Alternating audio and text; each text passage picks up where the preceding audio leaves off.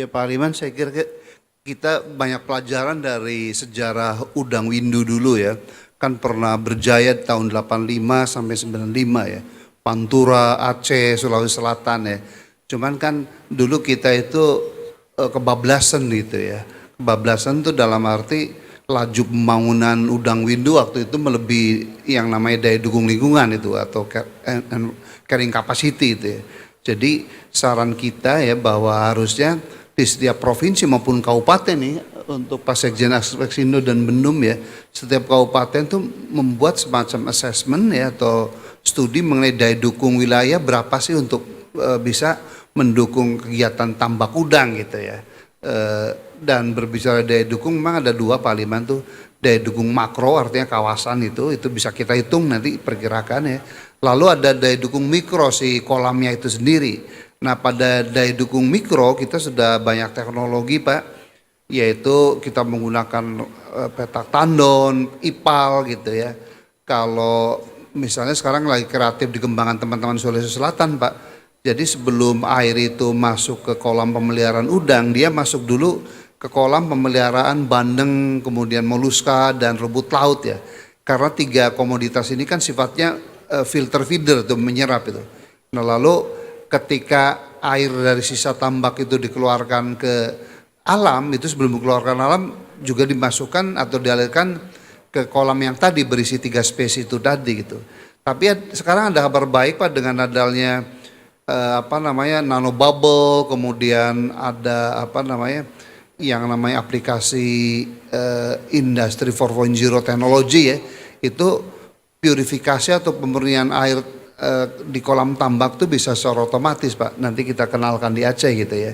Jadi sekali lagi intinya jangan sampai tingkat pembangunan tambak udang di suatu wilayah itu melebihi daya dukungnya, nanti tekniknya banyak sekali gitu ya. Nah kemudian untuk Maluku ya, Maluku Tenggara ya.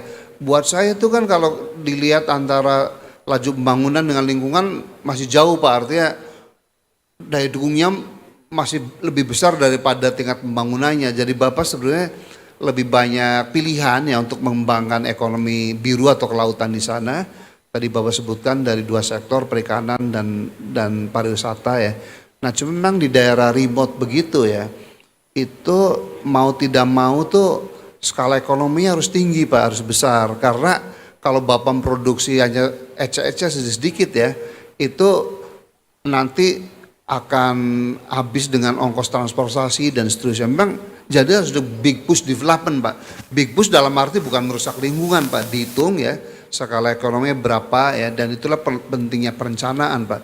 Tapi intinya memang kalau daerah remote semacam Bapak, dan ini sejak dulu, sejak zaman Pak Harto, Pak Habibie kan dilemanya gitu, kenapa kita ingin mengembangkan KTI gitu ya, kok nggak jadi-jadi ya, karena memang terlalu jauh gitu Pak ya. Nah zaman Pak Jokowi ini ada yang namanya tol laut, itu dimaksudkan tuh supaya biaya logistik tidak terlalu mahal gitu ya.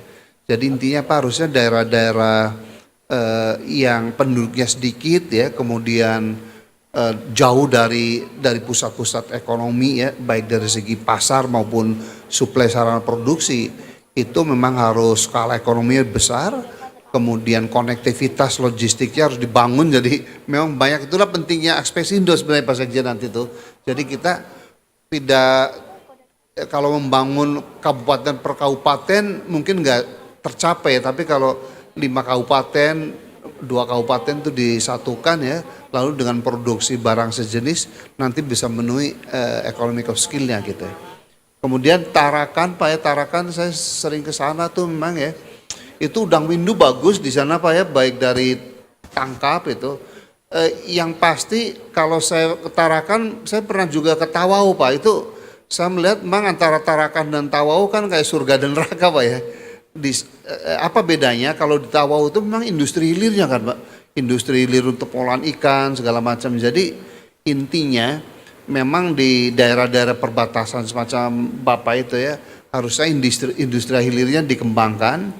Kemudian teknologinya pun harusnya jangan kalah dengan Malaysia. Pak Dubes waktu saya ke sana 2004 ya, itu saya geram Pak, karena Malaysia membolehkan yang namanya trawler, satu pukat harimau ya, di kitanya dilarang Pak gitu.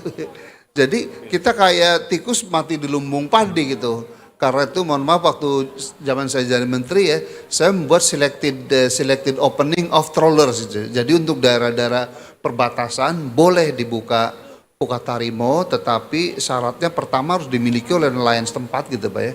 Yang kedua tentunya harus ada regulasi ya, yang namanya close season, close area gitu. Jadi nanti detailnya Pak, saya juga kebetulan penasihat Pak Trenggono ya, jadi nanti segala aspirasi ya yang nanti kita susun bersama secara kuantitatif Pak, baik di perikanan tangkap, perikanan budidaya maupun industri hilirnya, nanti kita tulis bersama gitu. Terima kasih.